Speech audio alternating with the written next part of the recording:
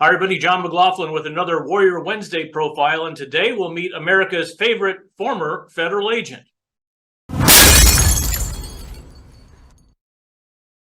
Welcome back, everyone, as we approach the November 8th Freedom Amendment vote in Iowa, and we're joined by a guy I've come to know, but not in person yet, so today's as close as we're going to get on Zoom. Mike Willever, he is the host of the Active Self-Protection podcast, which if you look on the Apple podcast or anywhere you can find podcasts, it is rapidly growing in popularity. Mike, first of all, welcome, and give us a little bit of your background before we went from law enforcement to now basically making a living through social media and your connection with Active Self-Protection. Yeah, first of all, thanks for having me on, John. I appreciate it. Finally nice to sort of meet you in person in this weird new age we find ourselves in, right?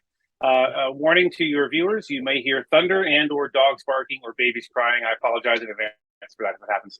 So I did about 30 years in the aggregate in law enforcement in various places. I worked in two smaller departments on the East Coast and then became a Fed with the old DOJ INS in 96 and retired last year as a Homeland Security Investigation Special Agent.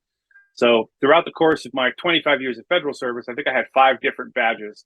So I want to thank your viewers for paying me for all that time and for paying for my retirement and for paying for all the times we decided to change the name of our agency because it was politically convenient and spend millions of dollars on new letterhead and new badges and new patches.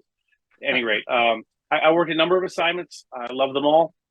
International drug trafficking, transnational gangs, mainly focusing in Southern California on turf gangs, mostly Latino, Mexican, Central American turf gangs that work there. And you name it, I did it at some point. So I had a great time in my career. I'm glad to be done with it. It's a job for younger men, in my opinion.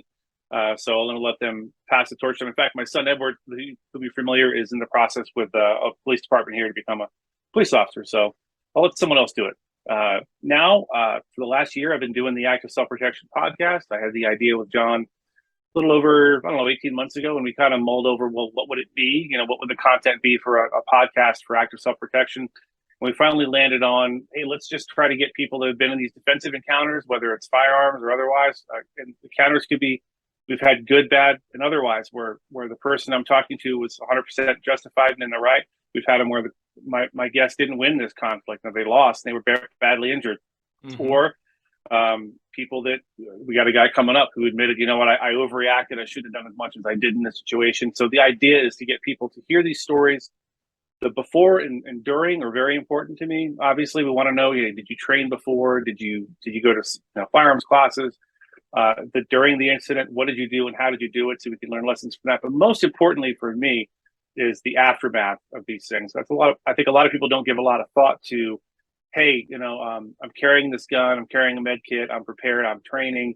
They think a lot about, hey, here's what I might do if this happens or that happens, or they prepare themselves for a situation. A lot of what people don't think about is what happens after the dust settles, when literally the smoke clears. Now you've just potentially shot someone. You could be 100% justified, but where's your brain going to be? What are you going to do when the police show up? Are you going to talk to them? Are you going to ask to not talk to them? Are you going to ask for an attorney? Do you have a legal service set up, like Firearms Legal Protection, one of our sponsors, right? To say, hey, I got to talk to my lawyer. You have somebody on standby, and if you don't, what do you do? What do you say? What do you not say? And then what do you do after all that's over with, and you're dealing with potentially PTS? You're dealing with hypervigilance or lost sleep. So there's a lot involved, and I really pride myself on getting to those details after the incident is over, so people listening can get an idea of what they might be looking at. In fact, we had a young lady on the show who actually withheld her true name, but she told me during the show that she listened to a previous episode of my podcast and heard John Daub. I think you know John, right? You know John? Know of him, not personally. Okay, yeah, great guy. I've had him on the show. He was on the show. She listened to that episode and just broke down in tears after hearing him say something. And what he said basically was he had exactly the same experience she did post-shooting in her own home. This was in her home, and his shooting was in his home. And, the things he went through and the things he expressed on the show were something that led her to believe, oh, wait a minute, I'm not crazy. These things that I'm going through are perfectly normal and natural for someone who's been in a very unnatural circumstance of taking someone else's life. So anyway, I could go on and on. I'm super proud of the show, and I'm glad that it's started to pick up and take off a little bit. Podcast numbers are not the same as YouTube numbers. John's videos are getting sometimes 1 million views, but regularly 250,000 views per or more. That's not, unless you're Joe Rogan, the podcast numbers aren't going to be that, maybe ever. But for a long form audio only show, it's, regularly an hour or more, to get people to tune in and then stay listening all the way through the end with the Gutowski report, the Gutowski files, is great. And we're seeing that retention where people are actually sticking around for the entire show or till the last minute or two. When the outro music starts to play, they might shut it down. Knowing Steve and I are just going to say goodbye. But yeah, it's doing great, and I'm stoked, and John's stoked, and Steph and Neil, everybody's really happy about it. So just kind of diving off into a tangent because of something you mentioned. You said PTS, and I like to use that too because it's not necessarily disease. It's a post-traumatic stress. And you keyed in on some really important points that psychologists and then other friends of mine that I hang with say, giving that positive feedback afterwards. You did the right thing. What you did was correct. You just kind of keyed in on that. Can you, I don't know if, you've thought about this at all, or this just came up, but why is that so critical? Yeah, I've thought about it because I've experienced it, and not to a degree, someone who's been in combat or a gunfight, right? I've never been in combat, I've been shot at. But the person shooting at me and my sheriff's deputy friends was far away enough that we never found who it was. Yeah. But to be in a confrontation like that, to be bad breath distance from someone who's trying to stab you to death or strangle you or shoot you, or having to defend yourself and use violence in a way to defend your life is not a natural thing. So I don't like the disorder part of PTSD. Right. Yep. The disorder part, it's not a disorder. It's a perfectly natural reaction. It's your body and your brain and your heart's reaction to being forced to use violence on another human being. It's not a natural thing to do. So in the aftermath of that, there's all sorts of things that can go on. And I hope that people listening to the show, if God forbid they are ever in an incident, at least can see it coming, at least can recognize it for what it is. Because so frequently, as you probably know, PTS goes undiagnosed for a long time. People are just suffering from this altered state where they're checking the locks on their door at night 13 times, or they're looking under the bed, or they're looking, in drawers for things. Like it's out of control, or they can't sleep, or they find themselves crying for apparently no reason, or withdrawing from their loved ones. There's a ton of ways it manifests itself. And I had a buddy of mine, John Hintz, who was a San Diego Sheriff's detective who was in 2 shootings. Now this guy is involved in, I believe it was 2 or 3 child drowning calls in backyard pools. One of those is enough for anyone to witness for a lifetime and have to sort out and deal with seeing a dead child floating in a pool. Well, he did that ×2 in the span of a few months, and then got into an on-duty shooting. And his response to all of that, I hope I'm getting the order right. I think that's correct. His response to all that was, anything but deal with it, anything but get help. He didn't want to seek. He was a tough guy, former Marine. He's going to grit his teeth and deal with it. And that ended up with him, his relationship suffering with his spouse, with his kids. It ended up with him turning to pornography. And he's a Christian, turning to pornography, turning to working out too much, where that became an obsessive thing. So I'm really hopeful that it already has at least once helped people to prep themselves in advance mentally. We talk about mental reps a lot. I'm a big proponent of get your reps in while you can. If you're a self-defender, if you're parking at the Walmart or wherever, not to single out Walmart, but you're parking at the store and it's a little late, it's a little dark, and you're thinking to yourself, this is a potential, it's a transitional space, right? This is a place where an attack could happen. Someone could be laying in wait to rob me or carjack me. Go through that. So if somebody pops out from here, what would I do? You don't have to obsess on it. Don't be paranoid, but just get those mental reps in your head. And I feel like these shows, these episodes, and the videos on the main channel and the training on the extra channel, those are all mental reps that are free. You can avail yourself of. It's like I said, it's not paranoia. If you're just going over in your head, hey, if this, then what? If you're going to carry a firearm, especially, you owe it to yourself, to your family, to your community, to everyone, to be spiritually and mentally fit enough that if you, God forbid, are involved in a shooting, you have to take someone's life or terribly injure someone to defend yours, that you're ready, to act quickly, and that you've had that conversation with yourself in your head well in advance, where you get right with your God and say, listen, I'm carrying this gun for a reason. Am I really prepared to use it? And the answer might be no, if you really think about it. And I think most people know whether or not they're actually willing to use it, or whether it's a magic talisman that they're going to go, gun, bad guy. The bad guy's going to go eek Right. and run away, and they Yeah. hope so. And they don't pass that. They haven't thought it through. They don't know what they're going to do. So I think mental preparation to help. You can't prevent PTS, right? But you can maybe be able to recognize it sooner. The mental prep to go over scenarios in your head, and the mental prep to ask yourself, hey, am I really willing to use this firearm, or is it just something I'm hoping will scare a bad guy away? Because it rarely does. As you've seen in our videos, it rarely scares a bad guy away. Yep. Anyway. So the other part of all this is the mental reps, or what I call stress inoculation, and what you do in the self-defense world is very similar to what we do in the aviation world and preparing for their worst day. But those mental reps can help you actually avoid a gunfight or knife fight or getting into a situation by recognizing, hey, this doesn't look right. The whole left of bang concept. Yeah, great point. Actually, that's one of the things we stress a lot. John talks about the rules of stupid. Don't be in stupid places at stupid times with stupid people doing stupid things. A lot of the videos we feature on the channel, the non-law enforcement ones, because those guys have to be there. They're called to be at this, this place with this unfortunate person. A lot of the other ones, if you look, in fact, one of the guests on the podcast, he's going to a grocery store in an iffy part of town at 10 o'clock at night because he wants, gummy worms or whatever. Like, is that really something you need to have right now? Is it that important to you? And we talk about red flags. Stephanie Widener talks about the need to rapidly and radically accept reality. If you see a thing, my example is if you're a high school student sitting in class and you hear very loud bangs coming from the hallway, it would behoove you to not try to rationalize that as fireworks. Look, no one's setting off fireworks in the hallway at your school. It never happens. It's probably a shooter. And the sooner you recognize that, to your point, the faster you recognize I'm in this position, or that guy by the door looks creepy and I'm 100 yards away. Why don't I just get back in my car and leave? Or any number of things. Yeah, the early detection is huge and something that people can, if they're thinking about this stuff, therein lies the rub.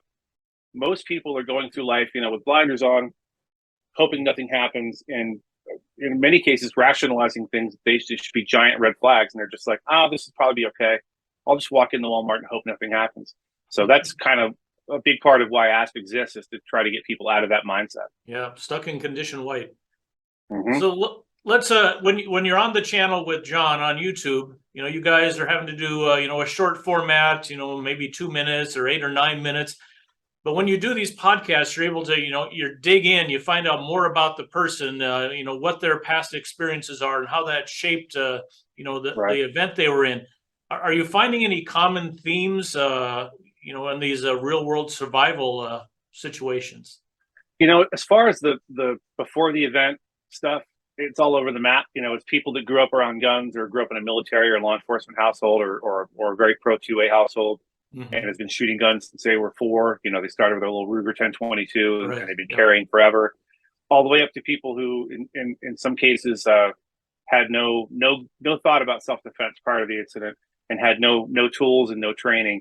And some of those people managed to prevail somehow. But as far as common themes, most of the common themes happen during the after part, especially when someone's had to shoot someone, dealing with the police and not being unsure. Hey, I feel like our shooting was justified. What do I talk to the cops? Do I not?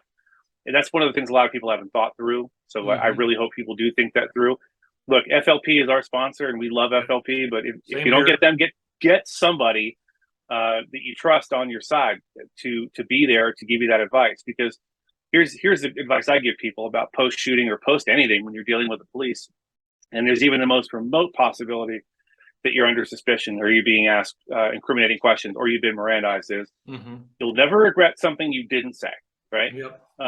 Just know that the police for the most part aren't out to get you, but if they feel you violated the law, they have to do their job and they have to detain you and charge you with a crime. So you're not hurting anyone's feelings. You're not obligated to this officer or this detective to say a word.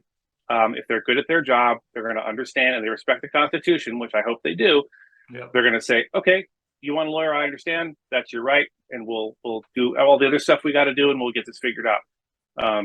If you're being pressured to not ask for an attorney, if you're being pressured to answer questions right away, understand you've just been in the most critical incident you'll probably ever endure in your life.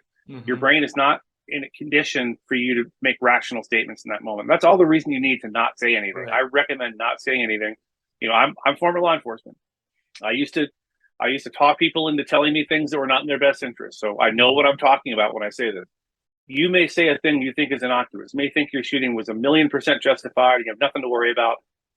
What you don't know is, what kind of prosecutor do we have? What kind of district attorney or state's attorney? Are they super duper anti-gun guns in the private hands?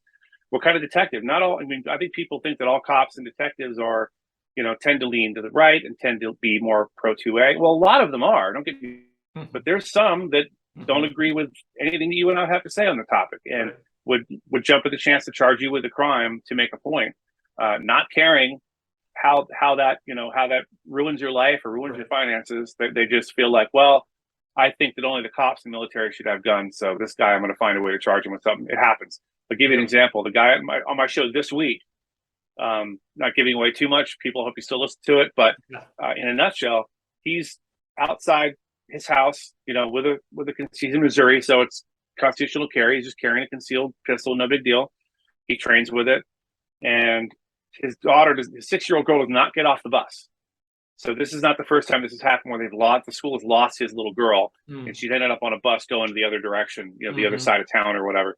So he and a neighbor whose kid also didn't get off the bus get in their car. They go to the school. They're at the school. The daughter's not there. She's on some far-flung bus, and he just lets the administration have it. This is like the 6th time this has happened. Right. And I guess something's going on with the neighbor. So they called the police to deal with some issue with the neighbor. Maybe he was drunk or something. I can't remember exactly what it was. But the police are now there. Daughter shows up. He's putting the daughter in the car, finally, to take her home. And as he leans forward, his firearm is exposed a little bit. They can see he's wearing, they can see it's a gun in a holster. Right. And it's like, hey, click, you're under arrest for carrying a gun on school grounds. Right. Now, did he have any intention, of breaking the law? No, absolutely not. But this officer made a discretionary arrest. He made a decision to make a point. Maybe he didn't like how the guy was talking to everybody or whatever. But these are things you got to think about and think through. That's one more example. Yeah, I think your audience and the active self-protection followers in general are very pro-law enforcement, and you tend to want to support law enforcement, and you maybe give information or volunteer more just because, you're patriotic or whatever, and that ends up kind of circling back around and causing you harm.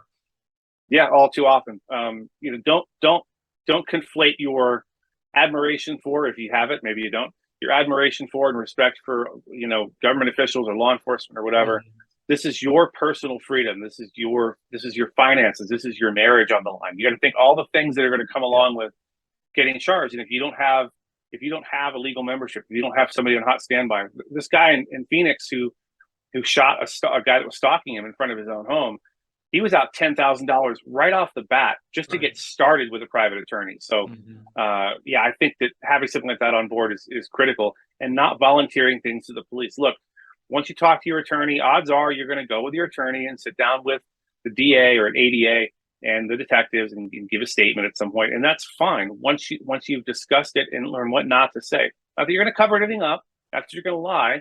But you're going to be careful in how you word things as to not accidentally hamstring yourself unnecessarily. So here in Iowa, we use FLP as well. They're the partner with our Iowa Firearms Coalition. And I guess it was about a year ago or so, I had a federal agent show up and start asking some questions, and it started seeming like they're trying to lead me down a trail. And I just said, let me stop here. I'm going to make a phone call. So I call FLP and instantly got a call back from an attorney. The attorney was actually in the drive-thru at Wendy's, but it was so important for them to get back with service, right? So I could just say, hey, I'm happy to cooperate any way we can with what you're looking at here, but let's set up a time, get the attorneys involved, and we'll go through this process. And the guy was cool, and it all ended fine. But I just hasten to think if I just started blurting out information and that had been used against me, even though I was totally in the right. So for that, the whole FLP thing was just like, a few pennies compared to, what you're talking about, where you can get into 6-figure things before you know it. No, you can't beat it. I mean, for the value for money, we just got back from the ASP National Conference out in Kansas, and I recommend everyone check that out if you're serious 100%. About training. The analogy being, for $600, I don't know if you train, how much training costs. For $600, you spend 3 full days with your pick of I don't know how many, 20 or more world-class, firearms instructors. Mhm. And if you broke each one of these classes down and paid for it separately, it'd be so much more than $600. FLP is the same way. For the little bit you spend for this membership, the amount you're going to save, and not to mention the peace of mind you're going to have, knowing post shooting that, okay, I have somebody on my side. I'm going to give these guys a call before I say a word to the police, and they're going to tell me what to do. And it's one less thing you have to think about. But the value for money, like I said, our guy, he was just getting started with an attorney. He had to drop 10 grand just right off the bat. So I think FLP it's a no brainer.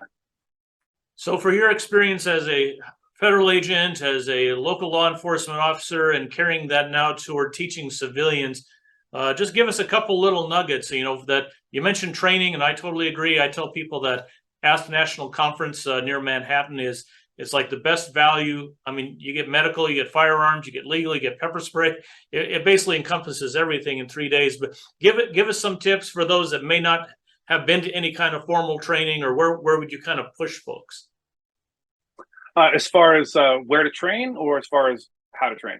How about both? We all know where, right? Go to activeselfprotection.com and see where they're going for training. But yeah, I mean, for sure.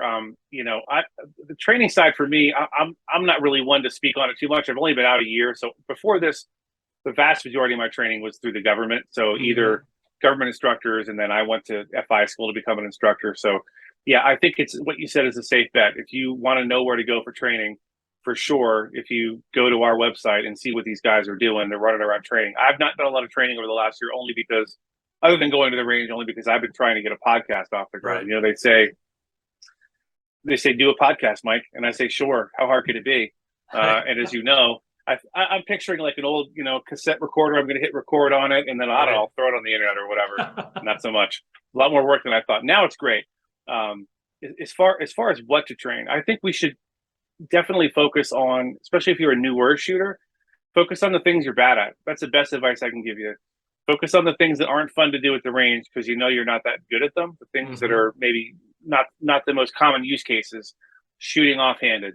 If you went to our training, you could have taken a class from Adam Wentz, shooting from awkward and uncomfortable positions. That's the exact title of the class. But they're doing all sorts of things you don't think about. What happens if I'm smoked? Give yourself a little bit of stress to it. Maybe run around the block a couple of times before you start shooting, get your heart rate up. Do the things that are hard and you're not good at. I like to say on these badge cams, especially if you're a police officer, you already know if you're out of shape. You already know if your shooting skills aren't what they need to be. And what you don't want to have happen is, in that moment of truth, as you are trying to effect an arrest, and all of a sudden you're called to use deadly force, you don't want to be thinking in your brain a couple of things. One, oh man, I was fighting with my wife when I left this morning. The second thing you don't want to be thinking is, geez Louise, I had a medical exemption last quarter. I didn't go to the range. I haven't shot this gun in 8 months. I know I'm rusty. And you've got a tight shot you have to make in a split second. You don't want to be thinking about, can I make this shot? You want to be so certain of it through your training, or at least as certain as you can be of it, that you can't get this wrong, that you don't have to think about it. You don't have to worry about your marksmanship. You know that your dot is on, your sights are on, whatever the case may be, and that your abilities are where they need to be. So that's my advice to people is, go to the range. The things that you're not good at, the things that need work on those things first, and then have the 5-yard draw and point shooting 3 rounds rapidly as dessert. You know what I mean? Something that you can do easily. Do that for fun once you're done with the hard stuff. That's my 2 cents. One thing you mentioned earlier, and just recently in Kansas City, there was a situation where a 17-year-old girl just happened to be near a police-involved shooting, and the officer was shot a couple times. And her dad, I guess, was a trauma nurse or something. So she's already familiar with tourniquets, but the officer says, hey, I need your help. Can you help me get this tourniquet on? So the whole medical thing that is so overlooked, but like Active Self-Protection, Mountain Man helps us up here in Iowa. Just give us a little endorsement of getting that trauma training to go with your firearms and self-defense skills. Easiest endorsement of all time. If you can find a class near, Brian McLaughlin, who and we absolutely adore Brian. He gave a class at our conference about basically a primer on combat medicine. So what if the shooting's still going on and there's someone else doing the shooting for you, and you're in that? What a great class. My son took it. It's going to be on the Extra channel at some point. We filmed the whole thing, so check that out if nothing else. I think you've been through some training, John. That stopping the bleed it's not rocket science. as my bus driver at the academy said, it ain't rocket surgery. Mm-hmm. Literally, all you have to do is identify the wound and then do the one thing you need to do. It's not complicated stuff. So it's something that I think everyone should be learning in high school, along with how to balance a checkbook, change your oil of a tire, is how to stop a bleed, because it's applicable everywhere. I mean, anyone could come across a traumatic injury. It could be a car accident, could be a farming accident, whatever. And the more people who know how to handle that quickly, the better. Because just getting the bleeding stopped is what we're talking about here. We're not talking about advanced medical procedures. Mm-hmm. Applying a tourniquet is something you can learn pretty quickly and do it a few times, practice it on someone else, practice it on yourself. My old agency had some really great trauma training. They brought out analogs for human beings, and they had blood pumping out and the whole thing, and packed wounds. Sometimes it's just putting, if someone's femoral artery is bleeding out and you can do nothing else, you can lay them down and push your knee on it and put all your weight on it until medical professionals arrive. So yeah, I highly recommend any class you can take with Brian McLaughlin is going to be good stuff. You're going to learn a lot. He was on our show, by the way. He was on the podcast a while back, so you can go back and check that out in the catalog where he talks about his experience and how he got into that sort of thing. But yeah, medical training. Here with you. Oh, absolutely, 100%. John carries an ankle kit. I always have something on my person and something in my car. My son, same thing. It's not hard to do. It's not bulky. It's not going to weigh you down. If you're carrying a gun, I think you owe it to yourself to have some medical, a little bit of medical training and some equipment on your person. Yeah, I carry that ankle kit every day. I have since 2018, and it is actually, you forget it's there until you need it, but it's so comfortable. Mm-hmm. I've waded across streams and stuff and forgot. Oh yeah, I had medical gear on my ankle. Now I have an orange tourniquet that's running orange all over my shoes. And anyway, oh no, you're kidding? No, totally serious. But I've used not so much the tourniquets, but the combat gauze to stop bleeding several times. I walked into an airport one day and a guy had just taken a letter opener and shoved it in his hand and was spurting blood. And so I'm standing there and I just walk in, I'm a pilot. So I whip off the ankle thing and break it out and stuff it in the spot between his thumb and his forefinger. And he's like, where did you come up with that? It's like, it's on my ankle every single day. Yeah. Again, we talk, especially with cops, man. If you're in law enforcement, you absolutely owe it to yourself to have at least a tourniquet, preferably a whole, just a small med kit on your person, not in the car, like on your belt or on your vest. Yeah. The videos have shown that over and over. Where's my med kit? Where's the trauma kit? No, we just need it right here on your body somewhere to grab it. Yeah, if you get into a foot pursuit, you could be potentially 2 miles away from your car, and then you're out of luck. So yeah, for sure. Well, tell folks where they can find the podcast. I know I watch it or listen to it on the Apple Podcast, but where else is it? And just clue folks that aren't familiar how to get to it the easy way and listen to the good stuff you're putting out. Absolutely. So any of the major podcast networks, anything you've heard of, so Apple Podcasts, Spotify, Overcast, Google Podcasts. I'm sure there's a bunch of other ones. We have a guy that sends it to all those for us and takes care of that. So that's there. If you don't want to, if you're a YouTube person, every Monday or Tuesday, I think Tuesday, John will throw up the audio podcast just with this in the background. Right. There's no video to it, so some people are grumpy about that. But go check it out there, and you can listen to it audio only on the YouTube channel, on the Extra channel as well. Yep. Yeah, that's important for folks to know. There's Active Self-Protection and Active Self-Protection Extra, 2 channels. One, the short form, the Extra channel, the long form stuff, and the podcast is there as well. So, Mike, thank you very much. I'm glad that we got a chance to visit almost in person. And this winter, when I get down south to Arizona to hang out, we'll make sure we'll hook up and talk about storms and all the stuff you're interested in besides just self-defense. I'm looking forward to it, John. Thanks so much for having me on. I appreciate it. You bet. Take care, my friend. We'll talk to you soon. Take care, bud.